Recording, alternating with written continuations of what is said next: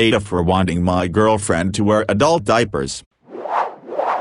I'm a 26-year-old male. My girlfriend, 23, of 3 years has shown some changes in her bodily functions. At least once a week she wets the bed. It all started a few months ago. I used to wake up in the middle of the night, help her clean herself up, strip the bed and lay down towels to absorb what was left, but I don't anymore. It started happening more and more frequently. Well, this fine morning I wake 2 hours before I need to the warm wet embrace that is her wetting the bed in her sleep again. I scoot closer to the edge of the bed on my side and I wake her, let her know she just wet the bed again and roll over to go back to sleep. She notices and starts scooting over towards me. I told her no, she needs to stay on her side of the bed. She got upset that I wanted her to stay in her urine and got up, went to the restroom, came back about 10 minutes later and threw a towel over it all and got back in bed. So now today, I told her I believe it's due to her alcohol consumption right before bed, but she refused to give up the bottle. She says this should be a judgment-free zone and if she wants to drink in her own home at night she should be allowed to do so. I told her the drinking is fine but to just lower the amount. I wasn't trying to ban her from alcohol, but this phrasing now makes me think I should, like she might have a slight addiction. Anyways,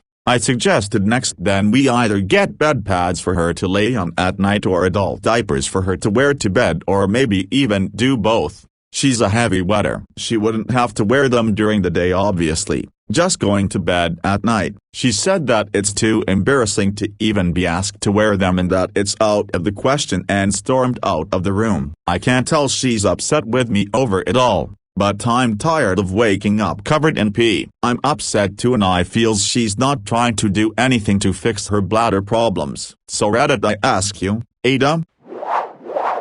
Edit 1 for those commenting on the smell. I deep clean furniture for a living ironically and thankfully. Getting urine out of a mattress is nothing new to me. Just tired of waking up in it and having to deep clean so frequently in my own home. I'm a little more than a clean freak but not quite a germaphobe. Edit 2 she does have other mental health issues, trying to keep some details to a minimum because she uses Reddit as well. Edit 3 there's been plenty of red flags and plenty of reasons for me to leave her. I don't for one simple reason ... Love is blind. It may sound cliche but I love her and want to help her work through her problems. It is a very long uphill battle getting her to want to help herself. She has experienced several traumas in her life. She sees a therapist but her visits tied to only once monthly. Sometimes once every 2 months due to the pandemic. I want to talk to her about talking with her therapist about all this to see if she could shine some light on it for her, but I honestly don't know if she'd be too embarrassed to tell her that she wets the bed now on top of her other issues she has with her mental state. But you had something fairly serious happening to you. What with the radiation fucking with your body and such, like, that's a cause and the effect, right there. Radiation taxing the body, wetting the bed a bit. Still probably a good idea to talk to a doctor, but not as what the fuck is happening as suddenly wetting the bed with no cause or care. She's fucking healthy, from what we understand, and is still setting the bed. That's not normal for most people. If it started happening out of the blue, with no explanation, or even with an explanation, I would go see a doctor. Asshole enthusiast. 7. She should. But again, she might be too embarrassed. And yes, she is actively ignoring the issue, which does actually sound like either delusions or embarrassment. She'd need to tell somebody who right now does not know. That is embarrassing. Heck, I took my sweet time to place an Amazon order, and it's safe to assume that whoever packed those didn't sit down, memorize my name and meditate a while why I'd need them. Should she go to a doctor? Absolutely. Would I encourage her to go? Also, yes, but I also understand her problem with that, and before it happened to me, I'd have never understood it. I bought waterproof mattress pads for 2 reasons. 1, my cat kept peeing on the bed and I still had hope that I could train her out of it. I could not. She is now banished from the bedroom at night and I put a plastic shower curtain liner over the bed during the day. 2, I have a skin condition that frequently makes me bleed, and if it happens at night I wake up with dried blood on my sheets. Don't want the blood on my mattress. Participant 1. I got one when I was heavily pregnant and thought my waters might break in bed. I hated the thought of my husband having to come home from the hospital and clean up after me when he was tired. He could just strip off the waterproof mattress protector and the sheet and put on a fresh sheet rather than worrying about cleaning/drying/airing the whole mattress. Now we keep it because it's just convenient and honestly no different to a regular mattress protector. It cost £12 from Amazon, so was cheap, is quilted rather than scratchy, rustly plastic and washes nicely. It never occurred to me to be embarrassed about buying it. If I was up I'd have two so I could change it quickly when needed and just not tell GF if she's going to be whiny or defensive. I had an ex-BF who wet the bed once after drinking a bit too much one night. Poor guy was absolutely mortified and super apologetic, but I played it off as a bit of a light-hearted joke for both of us and it did help him feel better about it. Of course he insisted on doing all the laundry and taking the duvet to the big machines at the laundrette. It's absolutely not normal for her to be ignoring this issue, not helping clean up the mess and playing it off as nothing. She needs to go to AA or rehab if she's gotten to this point. Your ex sounds better than my ex from college who got up in the middle of the night and started peeing all over my piano keyboard, the carpet, and some books I had just bought that I'd placed on the piano bench. I tried to clean up the excess at 3 a.m. He just crawled back into bed and kept sleeping, and the next day I basically tried cleaning it up myself, and with the help of a friend who was visiting. So that was slightly embarrassing, although she'd at least known us both for a long time. He almost thought I was making a big deal about it. It wasn't a cheap piano, and said you can just let the pages dry out and still use them. My new books. He dumped me a week later. BTW. College boyfriends, such fun.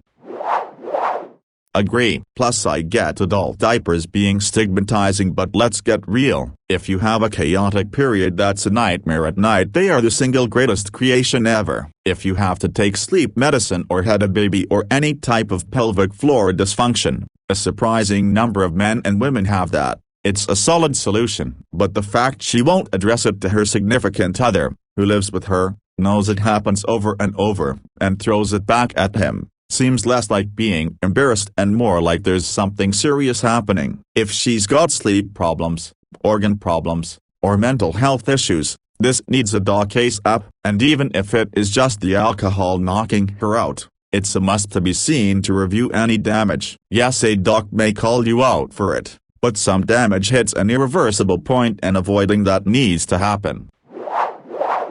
Throw a pad in them and you're good to go. I swear I'm gonna rebrand and make some and call them Danger Pants to afford my medical bills. It's the best idea ever. You won't ruin sheets and it's way less stressful when your cramps are so bad you can barely get up because you've got double absorption saving you. Also periods equals risky sneezes and farts. Save your underwear. You know who could use this advice? Women who play wind instruments. When you mentioned risky sneezes, a light bulb went off. I played trumpet professionally, and ever since the 7th grade, I can remember absolutely dreading going to rehearsal when I had my period, because I could literally feel it gushing out of me every time I played high or loud and engaged all of my core muscles. I never, ever stop worrying that I'm going to shame myself when I stand up after a long rehearsal, and my playing suffers during my period because of it. Some part of me is always holding back, because I'm constantly anxious about it. Definitely going to invest in some Danger Pants. Oh my god. I played the clarinet in high school and trust me, a screaming toddler in a high wind is a more musical noise than I ever managed. I am not gifted and I knew my 3rd grade music exam was going to be touch and go on whether I passed, which was embarrassing enough. But I had my period that day and I generally have quite a light flow which my body overcompensates for by really bad period poops. I was about 14, living in the deeply conservative patriarchal country of Northern Ireland pre-internet, and the entire extent of my sex ed was a prim woman with a mouth like a cat's bum informing us that the curse was monthly but God's plan to allow us to have babies when married. My side are the evangelical Protestants who avoid mentioning the virgin birth to avoid mentioning the usual method of getting pregnant. They are so uptight and repressed about the human body. So the low point of hitting the highest note on my clarinet in the exam and having the only flooding period leak of my life while pooping myself and still failing to pass the exam while passing all the wrong fluids is still so toe-curling 30 years later that I have used either Depot or Myrna for 20 years and had no periods and still cannot hear Stranger on the Shore without clenching too hard too late.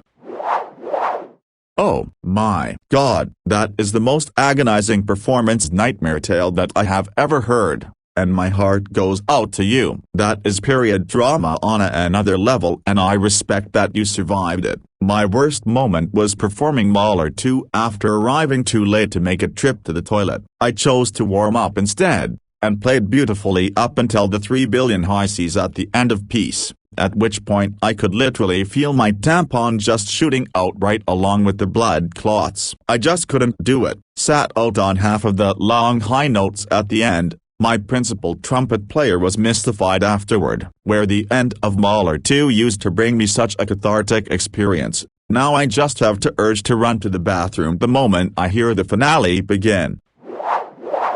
No, at least I hated both periods and the clarinet and lost nothing but my dignity. But to lose a piece of emotionally important music is heartbreaking. Those things matter. Also, this is why I don't do insertables for periods. I had a similar "do you thing you are at Apong Market?"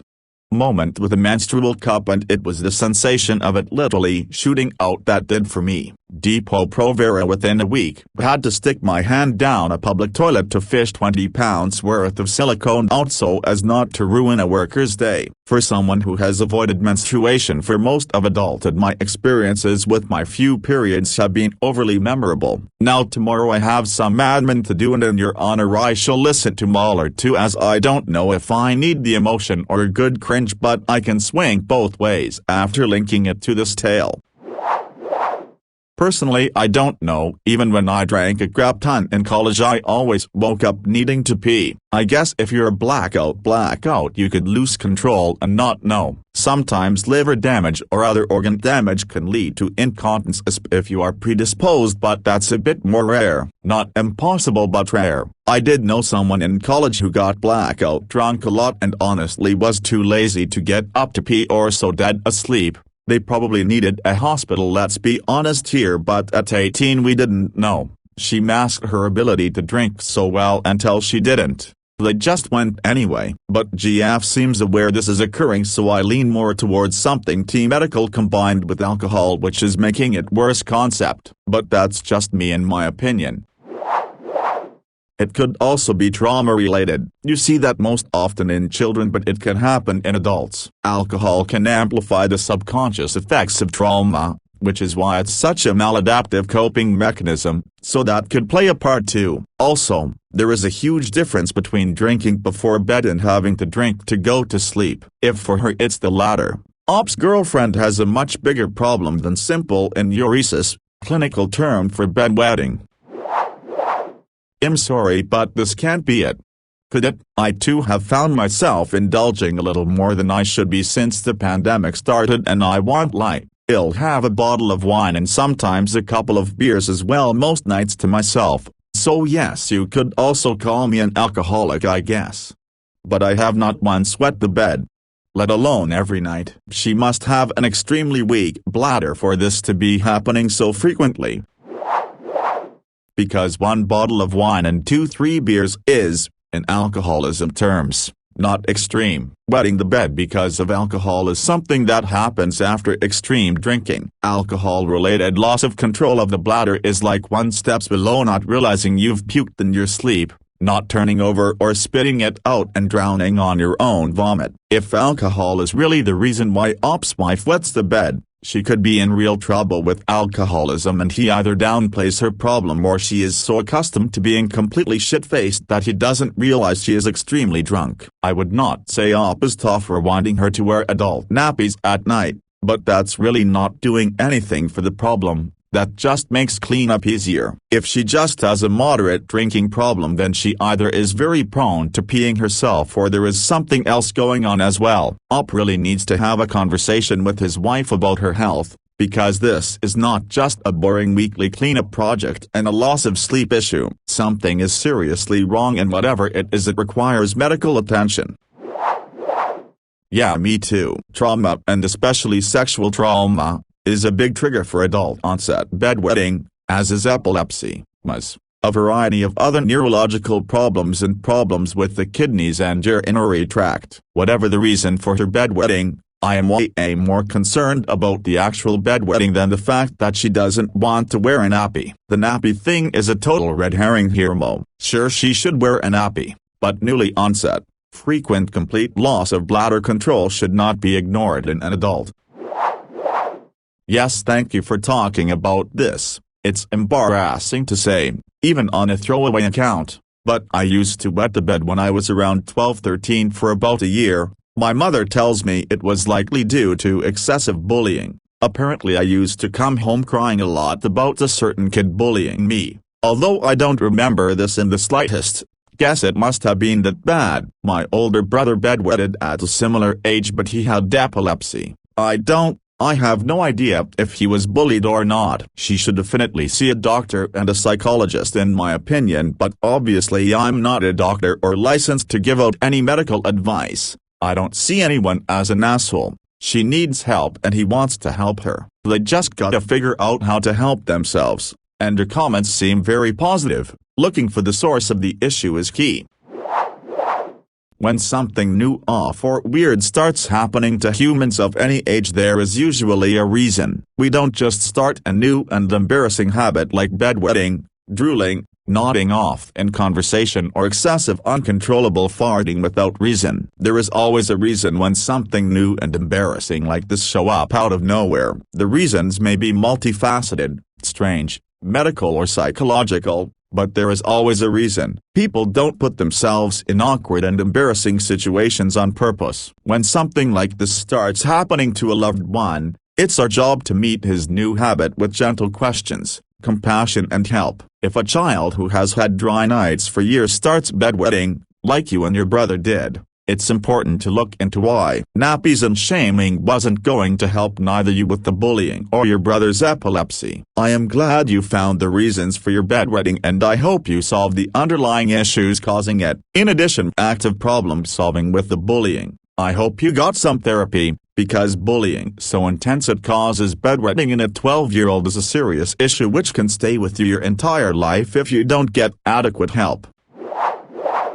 Because everyone is affected differently. I'm sure your consumption manifests itself in a different way, if at all. The point is correlation. She wasn't wetting the bed until she increased her alcohol consumption. Maybe they're unrelated. Maybe the wetting is caused by the same stress that caused the increased consumption. If it's caused by stress, removing the alcohol without removing the stress won't stop the bedwetting, but it does narrow down the possible causes, and it's easier to remove the alcohol from the equation than the stress. The fact that she refuses to lessen her alcohol intake in order to find a solution for the bedwetting is what indicates that she's addicted, using alcohol as a crutch. People that don't need something can quit is without much thought, especially when there's a problem that quitting can potentially solve. Quit alcohol and quit bedwetting. Problem solved. Quit alcohol and bedwetting continues. Call a doctor and or therapist. But don't just pretend nothing is wrong.